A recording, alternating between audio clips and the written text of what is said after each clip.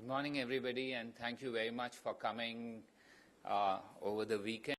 And I apologize for the slight delay in keeping up with time, and I'm sorry that you had to wait this morning for this briefing on what is a weekend. I have a couple of issues that I will take up first, and then I also have with me my colleague, Mr. Pawan Kapoor, who is Joint Secretary, United Nations Political, and who's the main points person as far as the Government of India is concerned relating to the CHOGM. And Pawan will talk about the CHOGM and the agenda for the CHOGM and India and CHOGM. Now, before I hand over to Pawan, I thought I will make a couple of one announcement, and that is related. As you are aware, we had indicated previously that the President of Ghana will be in India from the 10th to the 13th. Since then, we have received a communication from the government of Ghana that due to pressing domestic developments, President John Dramani Mahama will not be able to visit India. We will then work out through diplomatic channels, new dates for his visit. His visit, as you know, was to take place from the 10th of the 13th of this month. So that is now not going to happen. The other issue relates to perhaps what is the biggest diplomatic gathering this year in India, and it is the ASEM foreign ministers who are to meet on 11th and 12th of November. Now, this is the first time India is hosting an ASEM foreign ministers meeting. It is preceded on 9th and 10th, and essentially also on the 8th, by senior officials meetings, and those meetings are right now on. We've received unprecedented and enthusiastic response for this meeting, and we have 36 foreign ministers coming from various Asian and European countries, 12 deputy foreign ministers, and 2 vice ministers are participating. In essence, all 51 members of the ASEM are being represented at this meeting. As you are aware, ASEM is a unique forum which is dedicated to bringing in Asia and Europe together. It represents about 60% of the world's population, 52% of the of world trade. Now, ASEM ministerial meetings are biennial, and they alternate with summit meetings. So last year there was a summit meeting in Laos, People's Democratic Republic, and this year India is hosting the ASEM foreign ministers meeting. For those of you who would like to know a little bit of background, we joined the ASEM in 2007, and this is the first time we are hosting an major ASEM event. The foreign ministers meeting will be inaugurated by the Vice President Shri Hamid Ansari, and the External Affairs Minister will chair the meeting. This year the theme of the meeting is ASEM, Bridge to Partnership for Growth and Development. Now, as chair of the ASEM, we have been trying to push for a fresh approach that would reorient discussion of ASEM meetings from dialogue towards actual, tangible cooperation, thereby taking ASEM to the next level of maturity. ASEM traditionally has been focused on 3 dimensions, that is, political dialogue, economic collaboration, and socio-economic cooperation. Now, over the years, it is a fact that political dialogue has dominated the proceedings, and as chair of ASEM, we have ventured to bring about a greater balance in those 3 dimensions that I just mentioned. And there is support for this approach in the ASEM. We hope it would be confirmed by the senior officials and taken up by the ministers, a more comprehensive approach where all the three dimensions of Assam will be focused on following the outcome of this Assam ministerial meeting. We've listed several areas for cooperation, and these are specific and focused on interests of Assam member states, for example, on renewable energy, water management, skill development, food safety issues, as well as on disaster management and mitigation. The Assam meeting has two plenaries and a retreat.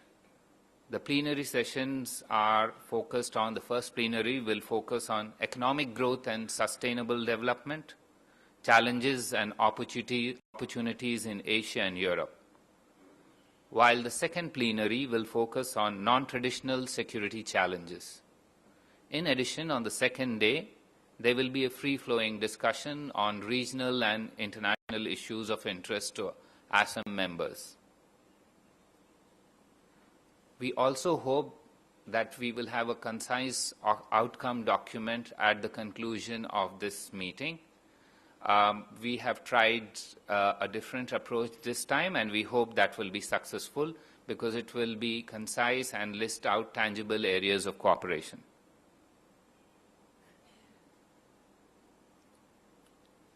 In essence, if I would like to sum up, I would say that our effort is to reorient Assam deliberations through consensus between Asian and European members towards developing it into a bridge that aspires to be a bridge for growth, development and capacity building, a bridge for bringing together expertise to tackle common challenges, a bridge of resources and ideas, a bridge founded on making connections between people, and a bridge strengthened by tangible cooperation and outcomes. And that is the agenda for the next 4 days in what is going to be a very hectic diplomatic period during the next few days. On the sidelines or the margins of Assam, the External Affairs Minister, who will chair the ministerial meeting, will have several bilateral meetings. I have listed out to you some of them already, and I will circulate the list of the rest so that all of you are aware of all the bilateral meetings on the 11th and 12th also. I think that's what I have in terms of Assam. What I will now do is request my colleague, Mr. Pawan Kapoor, to talk to you about the CHOGM, following which we will be open to questions on all the three issues and anything else that you want. Pawan.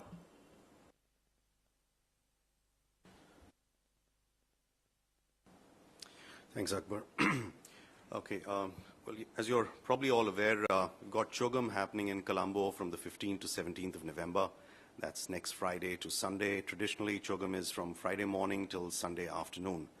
This would be preceded by the Foreign Ministers meeting, what is called formally the pre-CHOGM Foreign Ministers meeting of the Commonwealth, which is on the 13th and 14th of November, and that gets preceded by a couple of days of meetings of the senior officials in what is formally known as the Committee of the Whole on the 11th and 12th of November. So it's a cumulative meeting across 6 days or 7 days, and that's all that gets cracking on Monday morning. The program for CHOGM, as I said, starts in on a Friday morning. It starts with an opening ceremony, then has a formal family photograph, then gets into its executive sessions, which are on the record, and that's 2 of them on the 15th. In the evening, there's a dinner hosted by the Prince of Wales and his spouse for visiting heads. Next day, the 16th, is really a day of retreat. This is something which is unique to CHOGMs, but has been developed over time, where it's just heads in an informal atmosphere, sitting around in a semicircular format without aides and discussing issues. And there is no formal record of that meeting, but the Secretary General and the Chair, who in this case would be President Rajapaksa, will come out with developments which they think which will take a sense of the House and then come out with what they feel comes out from it. 17th morning, Sunday, is the final retreat session for an hour, and then the formal executive session, the third one, which really is writing in the records of the developments of the past 2 days into a formal system. And that's how it wraps up on Sunday at about lunchtime. So that's as far as the program is concerned. In terms of India and our contribution to the Commonwealth, you are probably aware that we are certainly the largest member of the Commonwealth. We contribute about 60% of the population of the Commonwealth. We are the fourth largest contributor in terms of the assessed budgets of the Commonwealth. We are also the fifth largest contributor to a voluntary fund, or the Commonwealth Fund for Technical Cooperation, which is this big fund in the Commonwealth which provides technical assistance and capacity development to its member states. We've, of course, got the current Secretary General, Mr. Kamlesh Sharma, who's now in his second term, which will carry on till the end of, till early 2016, but 2015 they'll have a new person chosen. In terms of the theme for this Chogam, the Sri Lankan government has chosen the theme called Growth with Equity, or Inclusive Development.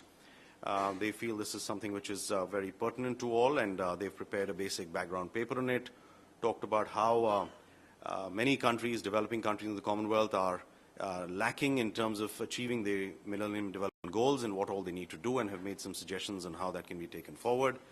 This should be discussed both at the executive session and the retreat.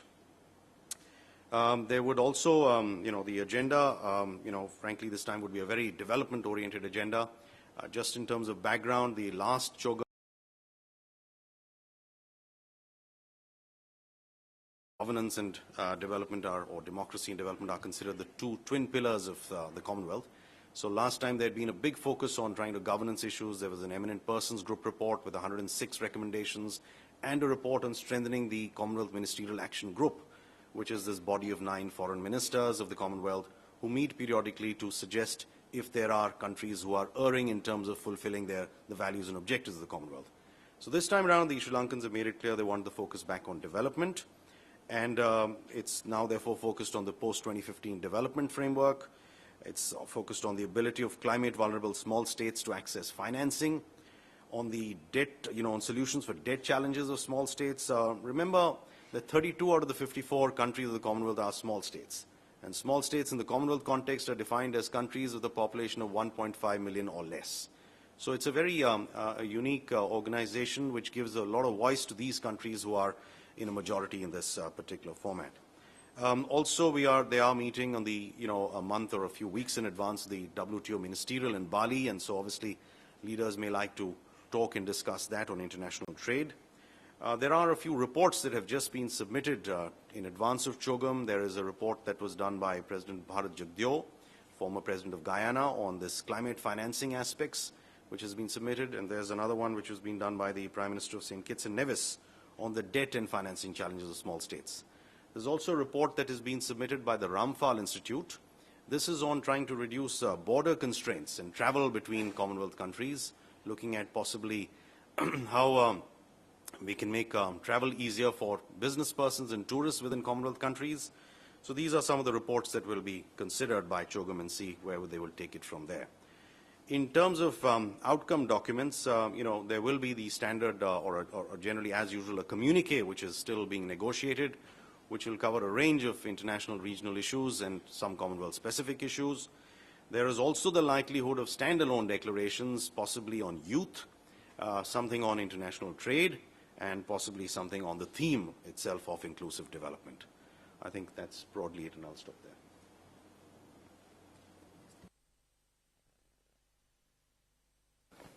Yeah, can we, I recognize several, I recognize several of you and your interests. Let's go one by one. Any questions on Assam? Yes, just a minute. Actually, in Assam, India and Pakistan both are the members. And India and Pakistan are also members in Commonwealth. Do you think that this time we are going to raise the issue of terrorism after new Taliban leader elected in Pakistan? And do you think that we are going to focus on terrorism in this area, because this is one of the major problems in the South Asian region? I already indicated to you what the agenda of this is. What we have between India and Pakistan will be discussed on the sidelines or the margins of the Assam meeting between India and Pakistan. And I've also told you what we will discuss there. So you can put two and two together and work out what will be the agenda of the Assam. If you would like, I will try and repeat it. As well as I've previously said, in terms of India-Pakistan interaction on the margins, the focus will always be flowing from what was the outcome of the last meeting. And the outcome of the last meeting was that for our discussions to go forward, a precondition is that there should be peace and tranquility on the LOC. And that will be the basis for further discussions during the meeting on the margins. Yes, sir. Just a minute. So this is about bilaterals during Assam. Of course, you said you will circulate the list later on. But can I ask if a bilateral has already been scheduled with the Japanese foreign minister, and if yes, when? Correct. I can confirm to you a bilateral has been scheduled with the Japanese foreign minister. As of now, it will be during the Assam meeting, but not preceding it, because the bilaterals preceding it I have announced and indicated to you. My understanding is that it perhaps will be on the 12th. But the schedule remains flexible because these meetings which are on the sidelines are at short notice, but we try and work out if it's possible, perhaps on the 12th. If there are no other questions on Assam, the floor is open for questions on Chogam. Yes. Akbar, has a final decision been taken on Prime Minister's visit to Colombo? And if the Prime Minister is going, then will he also go to Jaffna? Who's representing us?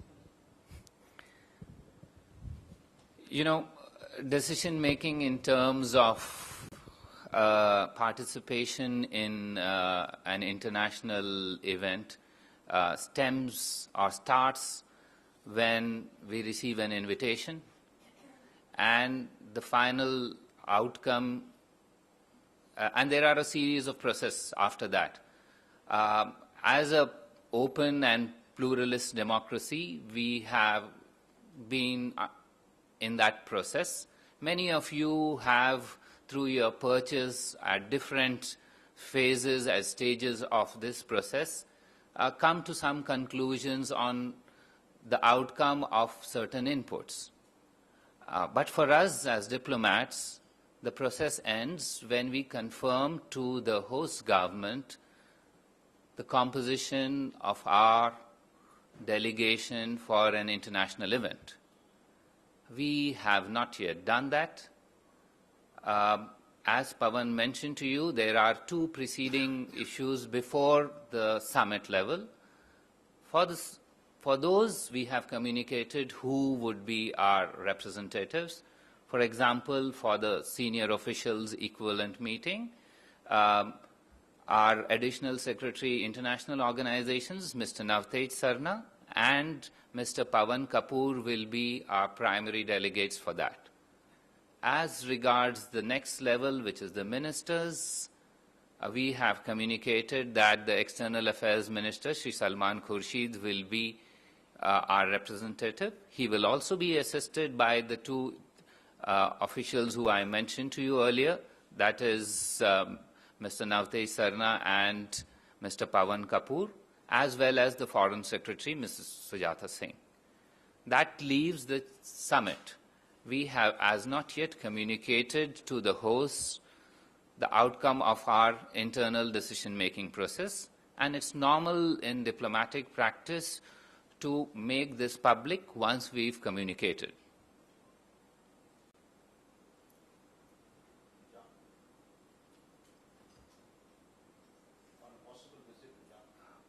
A possible visit to Jaffna, let me put you back again in terms of historical perspectives.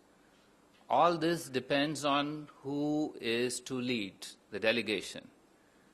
There have been previous leaders from India who, whenever they visit Sri Lanka, have visited Jaffna. For example, the former External Affairs Minister, Shri S.M. Krishna, in 2012, in January, when he visited Sri Lanka, also visited Jaffna. Another example, the External Affairs Minister, just earlier this year, when he visited Colombo on a bilateral visit, also did visit Jaffna. Now, if your question is, I see in your question a Trojan horse, and that is that you would like me to tell you whether there's a visit to Jaffna or not, and I can only do that because once we confirm to the Sri Lankan government, who are the hosts, about who would lead our delegation, the answer to your question will also be known. So if you please understand what I'm saying, so you'll have to just bear with us and wait and see who will lead the delegation. And as I said, we are now in the process of doing that. Once we do that, we'll make it public to you. Yes, Ranjit? In case the Prime Minister decides not to go, who will be the alternative? The Vice President is likely to attend this summit? Yeah, I understand your question, Ranjit, but let me try and put it in perspective. And that is, I have here with me a list of Indian participation in the CHOGM during the last 2 decades. And that would perhaps give you perspective of how this is done. This list indicates that in 10 summit-level meetings since 1993, we've taken a 20-year perspective. In those 2 decades, in 20 years, there's been 10 meetings, 10 summit-level meetings. On this, there have been 5 instances when the Prime Minister participated. 5 other instances when other ministers or the Vice President have participated. So, what you can surmise from this is that what we have followed in terms of participation in the CHOGM is an approach of something akin to horses for courses. We focus on what is required for our national interests, our foreign policy priorities, and our international obligations. Taking those into account, we have our delegations led by different people. So let me repeat, 10 summits, 5 at the head of government level, 4 at the level of different ministers, some external affairs ministers, some other ministers, and 1 at the level of vice president. So from this diversity, you would observe that we followed what suits our national interests in each of these occasions. Yes, Suhasini. In the 5 that the Prime Minister has not attended, are any of those in Asia? Well, if I can have a look and tell you, there was no summit in Asia. So, I mean, this question is moot unless there is. Yeah. Well, we're talking the last 20 years, I just mentioned, and Pawan has something to add. Yeah, just to add to that, I mean, that's one thing to be kept in mind. I mean, the last summit held in Asia was in India, or at least South Asia, which was 83. So that's 30 years ago.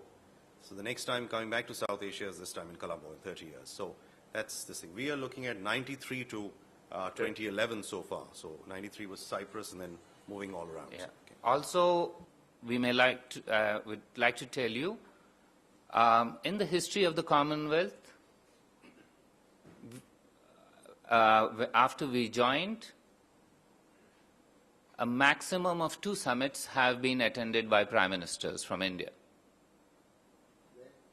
Pardon? No, they are different. I'm saying in the 50-year history, there have been occasions, maximum has been 2 prime ministerial participations by a Prime Minister. In the sense, we've had several Prime Ministers over the years, and no Prime Minister I mean, it's normal, or it has been so far the trend that you've seen that Prime Minister's visits have been 2 times by a Prime Minister. There have been other occasions, etc. and all. I don't want to list them, but that's the factual position. What we are trying to give you is a perspective of this. And Commonwealth, by definition, is not an Asian organization or an Asian forum. It is a pan-global forum with Asia, Africa, Latin America, and the Caribbean being parts, also Asia Pacific. So that's where we are. Your chance is finished. Yes. Ranjana? Yeah, so since the delegates for the other 2 have been communicated, the ministerial and the official, so when is the last date by which you would have to communicate who will be leading the head of who will be the head of the delegation? Like when would they be expected? With heads of governments, there are no such barriers and timelines and schedules kept. Both the host as well as those invited are cognizant of the importance of communicating in time, and as I said, we are in that process.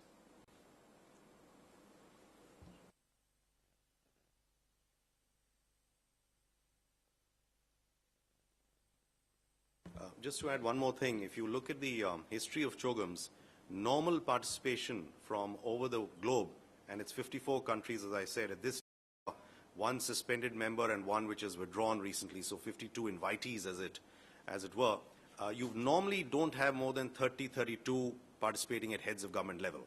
So that's also something which is going to be borne in mind. And I don't think the actual figure in this time's CHOGM will be, widely off that mark.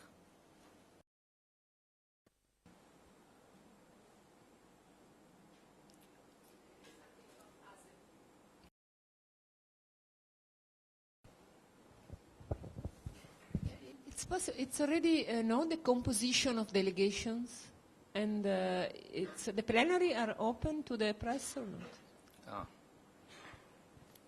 Yes, the composition of the delegations are known. If you would like any specific delegation, I will let you know about that.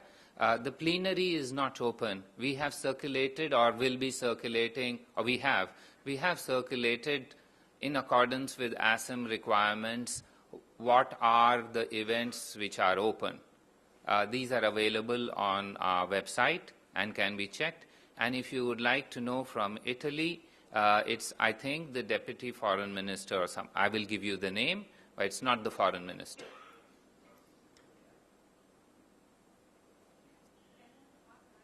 Another on anything else? No. Anyone else on anything else? Yes, just. Correct. Yeah, Ashok, I think your question is taken, but please take. I'll answer it. Ashok, if you could look at the record of the last briefing, I have provided on RIC. It's available on the web. You were also sitting here. Something more. There is never an end to more. Appetite for more is never an end. I think I have given quite a few details. Have a look at it. No, not on ASEM, on anything else. Yeah. The foreign ministers of India and China are going to be meeting on the sidelines of ASEM, and this meeting is taking place barely weeks after the summit meeting. I'm just wondering what would be some couple of specific issues which will be on the table. I think I answered this question at the last meeting when somebody else had asked these, and yes, no, he also asked on China. And let me, there are several outcomes of the summit meeting which was held. It is the intention of the 2 foreign ministers to take up issues which are listed as outcomes to be followed up. I can list those, but these are easily available on in the public domain. And we will take it from there. Yes. Gautam. visiting foreign minister perhaps has asked for a meeting with the Prime Minister, whether especially Pakistan advisor to the PM, Sarfraz Aziz, and other firms. Could you confirm anything whether PM is meeting them? This question was also asked previously, and I did say that we have received an invitation. We are still in touch and working out what are the scheduling timings of Mr. Sartaj Aziz's arrival here and departure here. Based on that, we will have a look at it. At this stage, we are not aware of the exact scheduling timings. Once those scheduling timings are available, we will then have a look at it. But as I said, we've confirmed that since the External Affairs Minister will be in the same place where the Assam meeting is taking place, we've confirmed the meeting with the External Affairs Minister. I already answered that just now, Ranjana. Yeah, you can ask. With the Foreign Affairs Advisor of Pakistan is something that Pakistan has indicated they have requested. Do we know when it is going to be and what is likely to be discussed? Yes. A, I can confirm the meeting. B, I'm not able to give a specific timing for the simple reason we are not aware of when he arrives and when he leaves. Once we know of those details, we will try and fit it in, but there is a commitment to have that meeting. As regards what we will discuss, I think I mentioned earlier, but let me repeat. It will take up the outcome of the last meeting between Prime Minister Nawaz Sharif and our Prime Minister, and there was one outcome of that, and that is for India and Pakistan to engage. It is important as a precondition that there should be peace and tranquility on the line of control. So what they will engage in right now is to see the situation since the two prime ministers last met and decide on where to go forward based on what is their assessment of the situation during the period that has elapsed since the discussions between the two prime ministers. Yeah, sure. It's about on Nidakat in Saudi Arabia. Still, a lot of Indians are in great concern, but they are also blaming that the government of India and embassy there is not helping them. Would you like to something on? I think we need to understand this in perspective. When the Nitakat program began, there were 2.4 million Indians there. Today, there are 2.8 million. So, since in the period while there has been an option given for people to regularize their stay, the number of Indians has increased. B, out of the 2.8 million, 1.4 million have in various ways adjusted their legal requirements to stay. C, 130,000 or so Indians have returned, out of which 90,000 were based on the emergency certificates provided by the Indian mission and the consulate. We are one of those few countries which launched a major campaign using every available avenue to ensure that our nationals abide by local requirements. Now, it is not my case that everyone has met the deadline, and we are committed to assisting all others who are smaller in number. I've given you these huge numbers. Sure, there may be some people who still have not met the deadline. There may be some people who are having a problem, and we are committed to helping them. If we have been committed for the last 6-8 months pursuing this issue vigorously, we certainly will not abandon anybody at this stage. But please understand this in that broader perspective, that there are no major issues. There will always remain issues where there is a large Indian community. There will remain issues of a few, and we are committed to addressing them. And let me assure through you that we intend to reach out and help out everybody who is in need of assistance. Anybody else on anything else? Yes, sir. The Tamil Nadu Chief Minister has said the government is going very soft on the fishermen issue. Will this also figure when the External Affairs Minister is in Sri Lanka?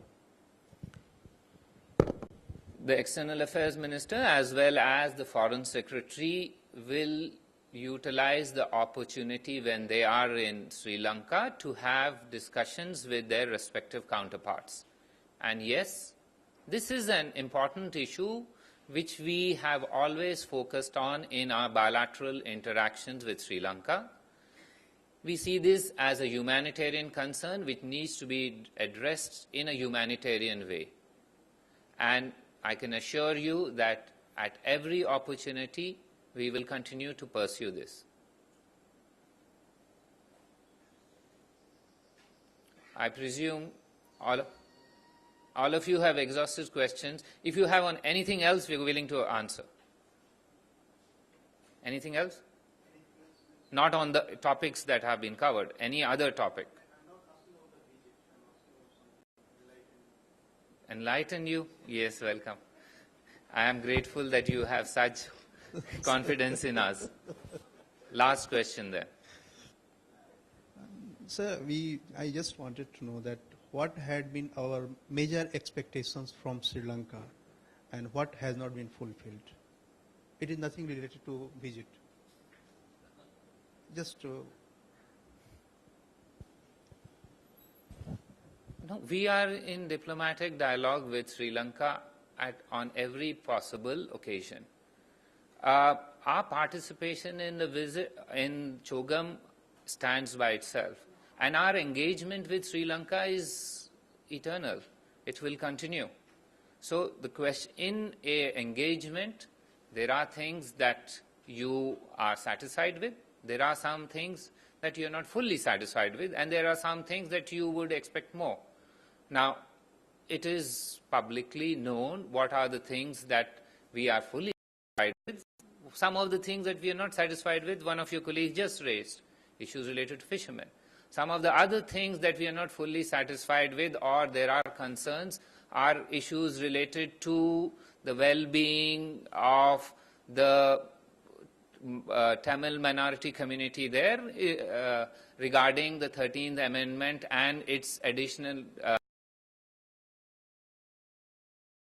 to move ahead in a 13th Amendment plus process. But this is an engagement that we are in with Sri Lanka for the long term. Sri Lanka is a close neighbor. It is an important country. It is a country where we have linkages going back to hundreds of years. And it is our neighbor, like policy. For us, neighborhood is the most important area of focus, and we will continue to engage with Sri Lanka in that endeavor of engaging with important neighbors. Thank you very much. With that, we come to the end of this event. Thank you.